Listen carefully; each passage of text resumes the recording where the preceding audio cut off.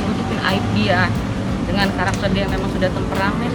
Saya tutupin gitu, sampai mukulin saya, anak saya gitu. Untuk apa saya korbanin? Nggak butuh saya semua itu, nggak.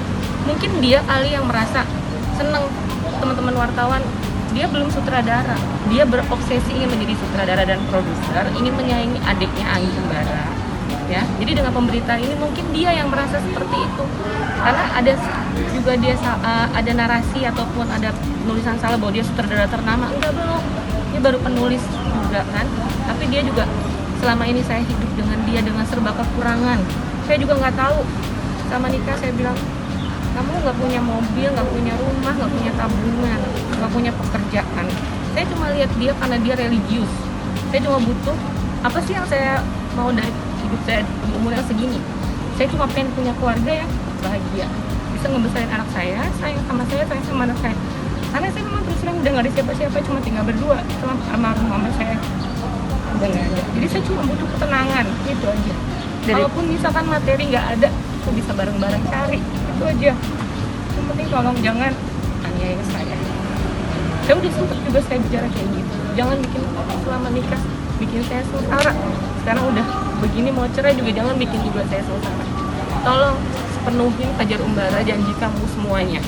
Mengenai hutang-hutang kamu ke teman-teman saya yang sudah numpuk juga, jangan bebankan lagi kepada saya.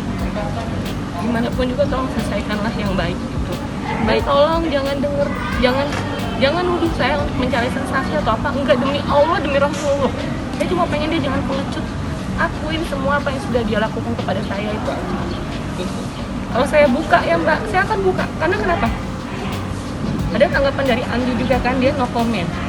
Karena sudah tahu sebenarnya keluarga tuh karakternya Fajar seperti itu. Dari yang pertama pernikahan dia dengan yang dulu dia pernah mukul istrinya sampai pingsan, itu diakui sendiri sama Fajar Umbara. Dan waktu itu di medsos Fajar berantem dengan Anggi sampai mau bunuh-bunuhan, itu dilerai sama gurunya ngaji. Itu Fajar sendiri juga bicara, makanya semua udah tahu karakternya, jadi udah gimana. Cuma ya saya nggak dapet dukungan juga kan istilahnya ya. Saya gimana, memang udahlah, saya harus berjuang sendiri, juga berjuang juga untuk anak saya yang nomor satu itu aja. Bayan sendiri sambutan? Ya mungkin dia ada selalu pasti dia akan ngumpet gitu. Apalagi sih dia paling mungkin kembali ke rumah ibunya atau bagaimana, saya juga nggak tahu gitu kan. Ya itulah Mbak, jadi mungkin harusnya sebagai laki-laki kan dia bisa bertanggung jawab apa aja dia pekerjaan. Ibaratnya dia misalkan dia bisa nyetir, dia nge-grab, itu ada penghasilan kan, bukan harus tidur seharian di rumah.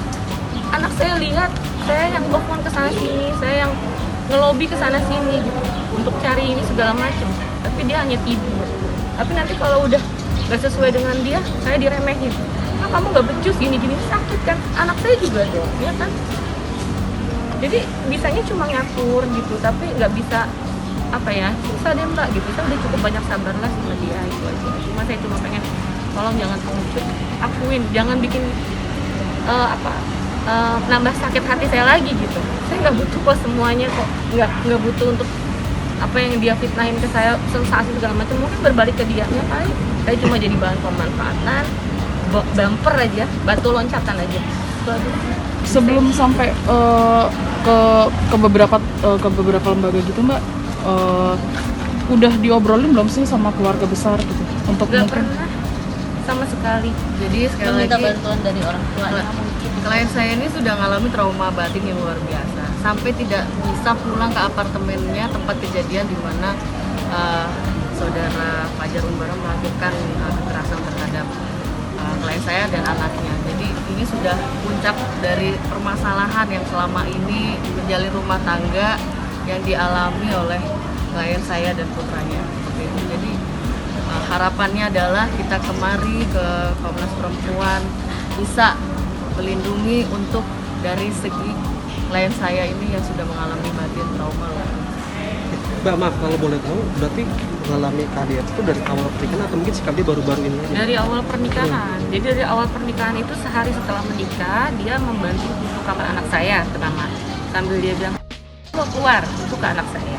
Itu kan saya udah ceritakan, akhirnya saya diusir sama mama saya pilih Fajar kan dibanding ibu saya sama anak saya. itu saya hidup menderita di Jakarta sama dia, dan itulah mulai dari situ pemukulan itu sampai dia bikin surat pernyataan itu kan, tapi tetap diulang lagi gitu. Sempat dibawa ke ranah itu Mbak awal pertama itu? Enggak, belum pernah waktu itu, karena dia bikin surat pernyataan, terus kalau dia melakukan lagi dia siap dipidanakan, itu pun juga ditengahin oleh orang pengajiannya aja yang saya suka ngobrol gitu, dan kebenaran juga polisi gitu kan. Jadi akhirnya sudah bikin surat pernyataan bahwa kamu berjanji tidak akan meludah, tidak akan memukul, tidak akan mencekik, dia sudah berjanji seperti itu. Tapi ternyata kan masih diulang Mbak, terus-terusan gitu. Saya nggak berani ngelawan dia. Boleh tanya, saya nggak pernah lawan ataupun apa gitu, nggak pernah. Saya diem ya, tapi bukan berarti saya tuh diam, saya tuh nggak berani melawan atau ngebales kata-kata kasar dia yang kotor itu. Tapi saya jadi makin di semena-menain gitu aja. Dan dia nggak ada hak sebenarnya, walaupun dia suami, nggak berhak untuk memukul istri atau siapapun itu sebenarnya atas diri saya. Sudah ada respon